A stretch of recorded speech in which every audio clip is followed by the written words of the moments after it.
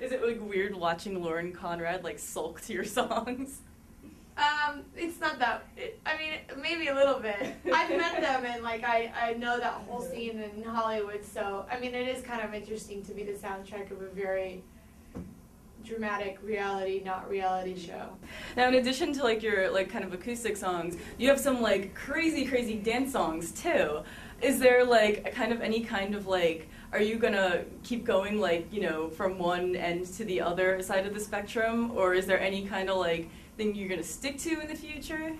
I don't think I'll always stick to one thing, because that's like who I am. I've got like many personalities in different shades and different colors. One day I wake up and I want to feel like I want to like portray this person, or I want to look like this person, and you know, I don't believe you have to just be one thing, because I know that there are people that, you know, are all kinds of different things, and I'm like every color of the rainbow.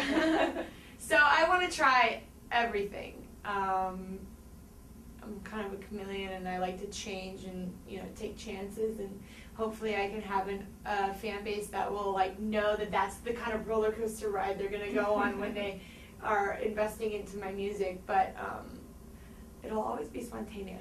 Gotcha.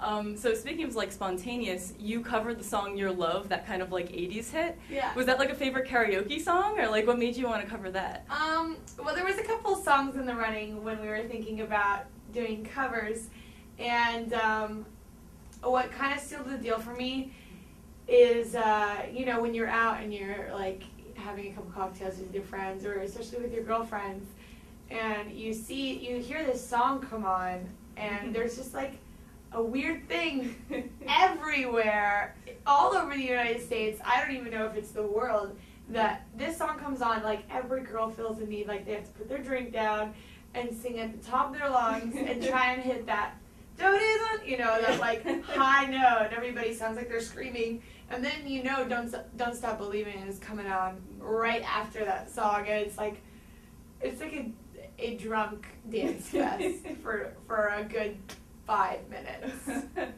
So I thought that would be helpful to put on my record and kind of recreate that energy, and everybody knows that song, so it's a nice sense of like familiarity for people when they put on the EP. They're like, oh, I know this song, so it just makes people warm and tingly inside sometimes. Would you do like another 80s song, like I Just Died in Your Arms Tonight, or anything like that? I really want to do Barracuda. I think I want to like try and cover that while I'm on the road. But it's definitely a hard song to cover. But Heart is one of my favorite bands ever. Yeah. Cool. I was lurking your MySpace a little bit and noticed that you have, yes, lurk, but I noticed that you have some awesome clothes, as we can see. Where do you do like a lot of like your shopping? Oh, thank you. I do have a pineapple on my sweater vest. That's so cool. And diamonds encrusted. I do a lot of my shopping at the most random places. I'm one of those like treasure hunt girls that like loves to just find things, and I know when I go on the road and I have downtime, I'm gonna have all the runners take me to the thrift stores and the dead lady estate sales. I'm always about that. Like, it's been in my blood. I don't know why. My father would wake us up at, you know, the butt crack of dawn, 7 a.m., and we'd go garage selling, and it was always just like this like hunt for things. And my mom was an antique dealer, and so I have that kind of in my blood. But, you know, like my earrings I have like LA, and then I have my name. And I got them at the Slauson Swap Meet, which is like the best secret to all things hip-hop gangster jewelry. Cool. Yes. Do you plan out your outfits before you do a show? I don't necessarily lay them out, but I have a general idea, yeah. I'm getting a bit more specific now, since I've actually noticed people are watching. Like, I'll see comments from people on the MySpace saying, that was so interesting what she wore. I wonder why she wore that. I mean, like, did she have to tone down, or, you know, because there's been like times where like I've just decided I wanted to wear this because, and you know, kids will react in a different way. Like, I wonder what she's feeling. And I was like, gosh, I didn't really put that much thought into it. I just wanted to wear pink. Now, you're touring on Warped Tour this year. Are there any bands that you're really excited to see? Yeah, I like the Cobra Starship. I want to see Paramore. I'm a big fan of Hayley and her voice and her control and the way that she always consistently, brings it. Who else? Yeah, I think them. Is there any city that you're really looking forward to going to? Canada. Yeah, I've never played in Canada, and I'm excited. I love Vancouver so much, and everybody kind of like always gives a hard time about like Canadian fans or whatever, but I'm willing to take on the challenge. So, hello, Katy Perry. Hi. How are you? I'm in the hot seat. You are. Now, tell me, is this true? Is your real name Katy Hudson? Well, yes, thanks for bringing all the stalkers to my real address now. Well, talk about, though, why'd you switch it? What's the story behind that? I switched it because living in Los Angeles, there can only really be one Kate Hudson. Mm-hmm. And, people would come up to me for a minute and they would say, "Oh, Katy Hudson, you must be sisters with Kate Hudson." I would kind of look at them and be like, "Really? If our parents both named us Katy Hudson, that would be the smartest thing they ever did." No, I'm not related to her. She's fantastic, but that's not me. I'm not her. We're not related.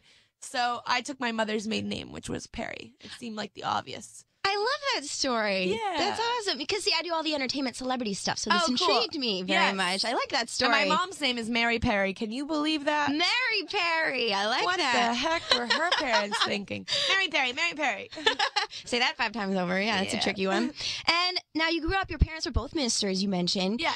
Did you do a lot of bad things as a kid? Were you like a rebel?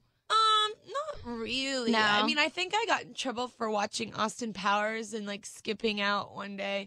I do remember, oy vey, if you want a story. Yes, I do.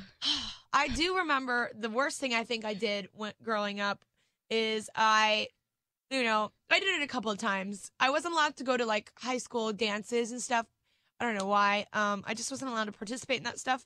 And I would always kind of like plan it so that, when the high school dances were coming or when the junior high dances were coming around, I would just randomly have to have a sleepover at my friend's house. Oh. And, I did that a couple times, and I remember I gave my number, and I didn't have a cell phone back then. I remember I gave my number to a boy, and what an idiot. He called after the dance at midnight to my parents looking for me at my house. Maybe he thought it was like my personal line or something. Oh, no. Yeah. Needless to say, my mom came and dragged me from my friend's house, and I never saw that girl again. Mary was not happy, I assume. No. And is it true that your dad, he woke you up every morning and you went to garage sales? You love garage sales? Well, not every morning, but yeah, on Saturdays, we'd always go garage selling and thrifting and going to antique stores and flea markets. I love that stuff. Really? I love vintage. I'm a big collector of little things here and there. And my mom was actually an antique dealer. Excuse me, I just burped. Excuse me. My mom was an antique dealer when she was younger, so she's got a great eye for things. And I'm like a crow. Anything that's shiny, I'm like, I want it. Give it to me. What's like the weirdest thing you ever bought at a garage sale that you can think of? Oh, the weirdest thing I ever bought at a garage sale.